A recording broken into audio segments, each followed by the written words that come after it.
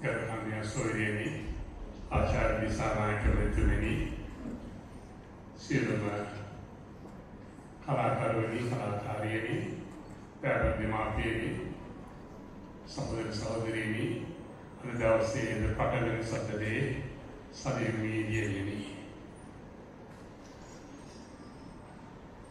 සදීමී අවිද්‍යාවේ පෙළබල දෙන්නේ sister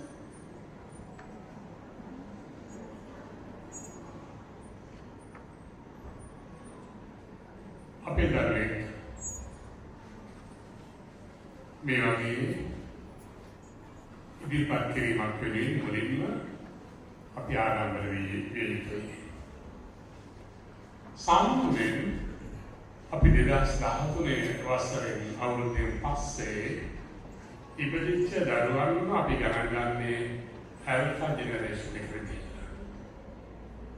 alpha කියන්නේ ග්‍රීකෝලියේ පළමු අකුර.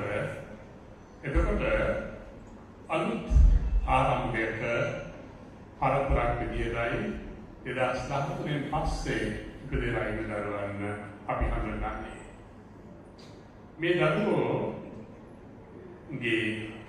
තාක්ෂණික ඥානය IT knowledge එක ගොඩක් තියෙන බව අපි දන්නවා. අනිත් පැත්තෙන් අපි ඔය වයසට අපි ලැබපු ඒ තොරතුරු ප්‍රමාණයට වඩා තොරතුරු ප්‍රමාණය මේ ඔය ඇල්ෆා ජෙනරේෂන් එකේ දරුවන් සපරේ. ඒ දරුවෝ දන්නවා ගොඩක් දේවල් එයා දන්නවා කියලා. එතකම ඒ හොඳ පැත්ත දරුවන්ගේ වරදක් නෙමෙයි. අනිත් පැත්ත තමයි ධාරණය කරගැනීමේ හැකියාව පොදුවේ අඩුයි. ගොඩක්ම සංවේදී තමන් දන්නවා කියලා දන්න නිසා වැරදෙන අවස්ථාව වැඩි බව අපි දකිනවා. අපි ඉස්කෝලවලට යද්දී දෙමාපියන්ට කතා කරද්දී පල්ලි වලට ගිහිල්ලා ජනතාවට සම්බන්ධ වෙද්දී ඇහෙනවා ඔබ දන්නවා අපේ දරුවන් ගැන දෙමාපියන්ව මටම පෞද්ගලිකව කියන දේවල්. එහෙම අපි අර ආගාධයට යනවා කියන අසුවිමක සමාජයක සදීමී වගේ දරුවෙක් අභිමුඛ කරන අර පවතින සමාජ ක්‍රමයකට මම හිතුවා සදීමී අභිවෘද්ධිය පෙරබලට කියලා අභිවෘද්ධිය කියලා කියන්නේ ක්‍රිස්තියානි කතෝලික ජීවිතයේ මොහුකුරාගේ தත්ත්වය කියලා අපි ගණන් ගන්නේ. ඔය අභිවෘද්ධිය පෙරබල දරුවන් ඒ දරුවෝ මම එකතු කරනවා. එයාට මම කියන්නේ ඒ දරුවෝ කියන්නේ කින්ඩම් බිල්ඩර්ස් කියලා රාජ්‍ය ගොඩනගන්න කියලා දැන් මට 300ක් විතර ඉන්නවා. ඔය දරුවෝ කොළඹ වෙනවා මට කර්මයෙන් පස්සේ මම අහනවා කොහොමද මේ බිෂප් කෙනෙක්ගේ අතාරවලදීම ටිකක් කරලා ඉඳලා තියනවාද කතා කරලා තියනවාද නැහැ කියලා මම කියනවා මම අවස්ථාව දෙන්නම්. එතකොට මගේ දකුණු අතවාගේ දකුණු අතේ අල්ලගෙන මගේ ඇස් දෙක දිහා බලලා පොරුන්දුවක් වෙන්න ඕන. ඒ තමයි අලුත්ෙමනි මම ජීවිතය වරදගන්නේ නැහැ. මම මගේ ඉලක්ක කරා යනවා. ඉලක්ක කරා ගිහින් අනිත් පැත්තටම ආශිර්වාදයක් වෙනවා කියලා. අර මම අසුන් කරපු සාහිත්‍යයක් දැක්ක නිසා මම හිතුවේ සදෙවි ඔය කින්ඩම් බිල්ඩර්ස්ලා අතර කියලා ඒ දරුවෙක්ම සම්බන්ධයි. මම Zoom වලින් ඒ දරුවන්ට සම්බන්ධ වෙනවා කරන්නේ මාසෙකට දෙපාරක් සමහරට මට හම්බෙන වීඩියෝ ක්ලිප්ස් කතා කරන මම මේ දරුවන්ට කතා කරනවා.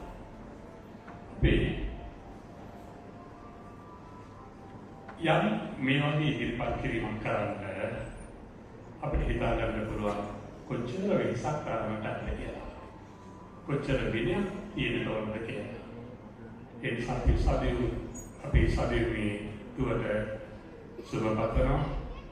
අර මම සුබ පතමේ පරිදි කිව්වා වගේ දෙවියන්ගේ ලැබපු ආශිර්වාදය මනුෂ්‍ය සංහතියේ අභිවෘද්ධිය සඳහා පොදු යහපත සඳහා යෙදවීම තමයි කතෝලික දැක්මේ ඉගැන්වීමේ අතය.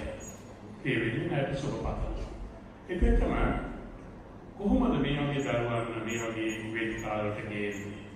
මැණිකක මුතුව අගේ තිබෙන්නේ ඒ මැණිකේ මුතුවේ නෙවෙයි. ඔබට මට මැණික් මුතු හම්බ වෙලා ඇති අපි වලට පයින් ගහගෙන යන්නට. මැණික්ක මුදුවක ඔය ආයුෂාවෙන් පැත්තේම දැකලා තියෙනවා.